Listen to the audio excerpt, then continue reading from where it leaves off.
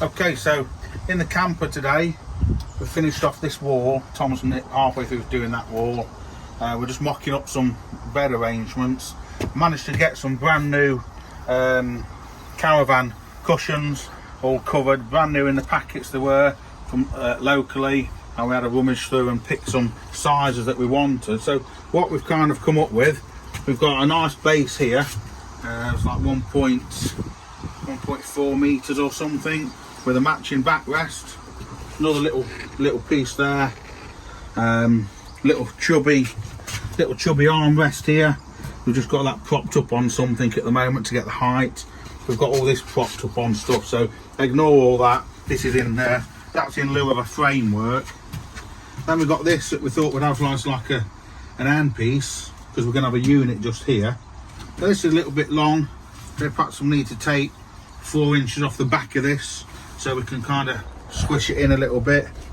And then the other things we're going to have, the idea is that during the day it's like that, and then this will fold out to here to make a full bed. And to facilitate that, we've got another one of these, and we've also got another one of these little tiddlers, and they're going to sit in here. And then job for tomorrow, I guess, well for Tom, is to get some cladding on these walls. We're just going to be using some V-panel cladding, something like this. We've got a selection of that, and we're going to use some of this boarding, and we're going to put that vertically on the walls. We've already got the supports fixed, just waiting for them to fully cure overnight, and then we can get some of this in here vertically, and then we can start to get the camper together. Afternoon. So a quick status update on the Pinzgauer camper conversion. Last video we spoke about the cladding we were doing with the Japanese wood burning technique for this sort of aesthetic. So we're now at a point where we've got all the cladding in, this side, that side. Where the cladding's ending, we've got storage going in there. We've got worktops and storage going in there, so you know we've got access if we want to run more power and do stuff like that. One of the big things we've had to undertake is figuring out a bed / sofa system. You know, there's nothing off the shelf that fits this, not like, you know, a Volkswagen camper, you can go and get a rock and roll bed, they're a pretty standard thing. But we wanted to utilise the space as best we could, but without creating something that was cheap and not you know, functional for the space. So these cushions we were lucky enough to land on at Mansfield Caravans, a local caravan dealer. You've got a load of these, so we've bought a few of these, a few more there, to work with the space we've got. And what we've done essentially here is take the idea of a finger bed and adapt it to fit the space we've got, and also leave the Webasto diesel night heater where it is. So again, there's nothing off the shelf, so we've had to fabricate this ourselves so that we can utilise this space without interfering with the worktop that will be here, but also so that when it's tucked away, we've still got a maximum width on this channel. In keeping with the cladding, you know, the front of this is clad in the same material, and the legs yet to be done are going to be clad the same, just so we've got the same vibe going throughout the whole truck. And this pulls out and converts to a bed, so these few spare cushions that are knocking around are what make up the bed when it's done.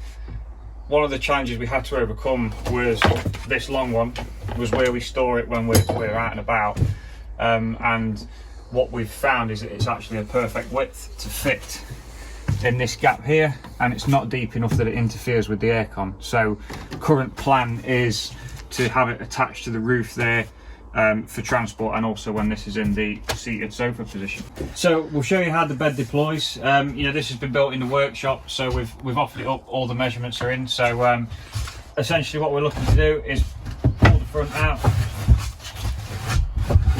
That comes out until the timbers line up on the end, like so. Little cushion in the back, big cushion up to it. Next cushion, which will live up here comes in, and then we've got a couple of cushions to fill this gap just here. For those of eagle-eyed viewers amongst you will notice there's a gap there. So now that we're happy with sizing on this is going to be ply lined to give more support and also spread the load across the base. So just to give you a quick look at how it works, it's quite a simple principle, whereby this slides out and lines up at the end of here. So next steps to finish this off are catches on the end of here to stop this slipping out too far, locks to stop it moving when it's out and also when it's in transit, and then just finishing off just to get that action nice and smooth, so it's easier to do when we're out in the bus. Right, we just wanted to show you what we've been up to with the camper. Been quite busy doing bits and bobs to it. We've not really had much time to film, so this segment's quite a few different bits and bobs that we've had done to just pull this camper together and get it roughed out. I've got a friend that's a retired teacher that does a lot of bespoke woodwork and carpentry and cabinet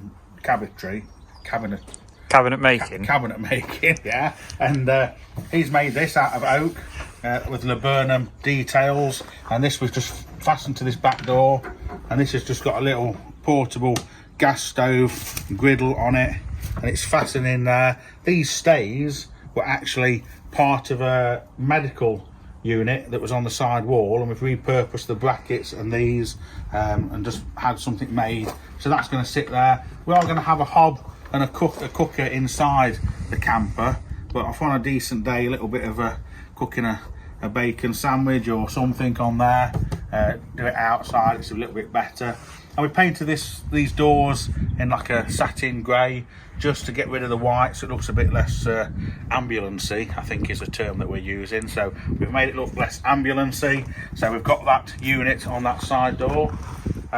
This door up here, we've got a bracket that's going to house a hot shower unit, and again we've painted that door. Inside, Tom's finished doing the cladding, so we've took this cladding down full length. We were cutting it short because there's a unit going there, but we've took that off and done it full length. These light binnacles, these units that go up here, these are running like a halogen light. It's a medical grade light. They're quite expensive. We wanted to replace them with LEDs, so that if it's parked up of an evening and you sit outside barbecuing or something, we can switch these on to give us some light. But we wanted LEDs so it doesn't use too much power off the leisure battery. But to buy these LEDs, they're like a couple $100 each, they're quite expensive. So we bought some other units, we'll show you in a later video, but we bought some LED units. We've managed to strip them out of the casing. We've got the LED driver in there, and then we've put these covers back over the top of them. So that's all going to be wired up with little switches to give us LED lights going to the rear. We've masked the roof off, started to paint that cream to make it look less ambulance-y, a warmer colour. These light units that are hanging down, the blue lights, not really, we've never figured out why it's got blue ambulance lights inside the ambulance, but we're going to put some kind of downlighter in there, like an LED downlighter, flush fit to the ceiling. What else have we done?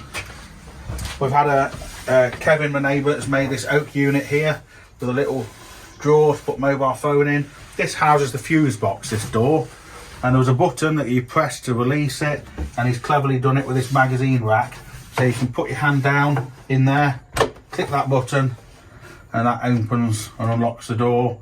We've got all those fuses behind if we need them, need access to them, and it just disguises it.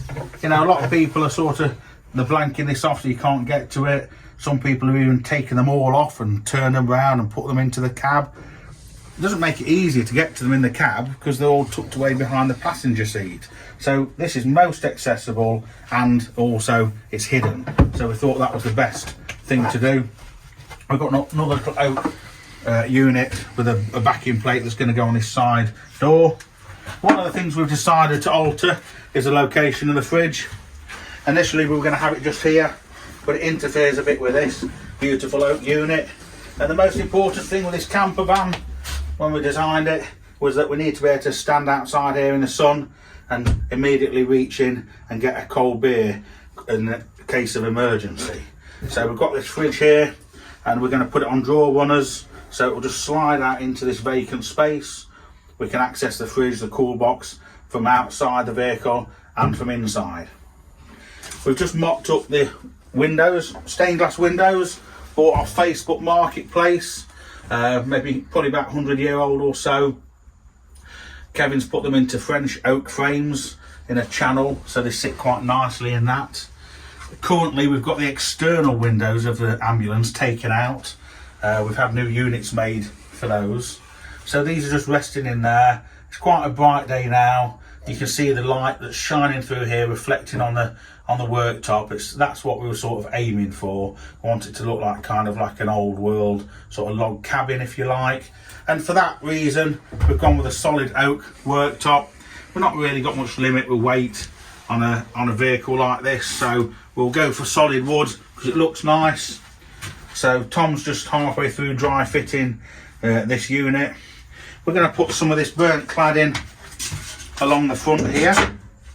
We've got some of these kind of storage boxes. So I think we're going to have like a storage box here, some cladding here, and we can pull these in and out to give us a bit of space to store things.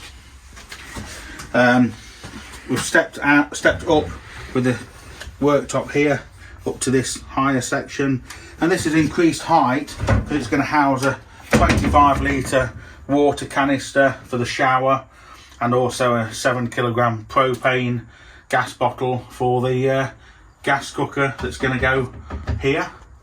I looked around to find some sinks. I'm quite keen on like copper sinks because they look cool, but they're pretty expensive, so we've used a slightly more budget alternative. I bought a vintage antique copper jam pan, and we're just going to put a drain hole in the bottom of that, and we're going to have that, I think we're going to have it in the worktop here, maybe sink it into about here, so it will just sit in there nicely. We'll be able to see these handles, it look kind of cool. The other option was kind of we could put it here, have a cooker here and a sink there, but we're going to be bringing hot water to this sink. We're not having any plumbing around here at all. We're going to be bringing hot water to the sink, going to feed cold water out of here into the hot shower unit, out of the hot shower unit, back to just wash the odd thing in the sink. So we're going to confine any liquid, any water stuff in this corner rather than bring it further in to the living area. This is a little bit wider to accommodate this. We're going to end up taking this a little bit back to meet this and put like a radius corner on here. We're going to do a video. Tom's going to show you and explain a bit more detail what he's doing. And then lastly, if you have a hop out the back of the camper, one thing I bought, which I quite like, I bought these antique doors, probably a couple of 100 years old, with beautiful hinges and marquetry. This one has got a bit of damage on it, but what do you expect for that sort of age? I just like the character of them, thought they were really nice. We're kind of building this unit around these doors. So this door is going to sit somewhere in here, and it's going to hinge open this way so we can get access into that unit. Let's pop it down like that so it doesn't fall down. And then we've got a corresponding door here, and that's going to sit just here. It can't sit in line with that one because we've got to take into account the space for this. And when we put this in, this is all stainless steel, quite heavy duty. We didn't really want to start chopping into that if we don't have to, so we've mounted this, look, so when you close the door it just clears the top of that just nicely like that. So that sort of section here, we're going to have that door going across here with another sort of unit. But one of the main jobs Tom's been doing today is fitting this worktop, just to see if we can get it all in place and working. So quite a few bits and bobs to show you on this video, and you can see it sort of coming together and becoming more of like a little log cabin on 6 wheels instead of an ambulance on 6 wheels. So more to come in future videos, so give us a like and a subscribe and check back for new videos coming up shortly. Thank you very much.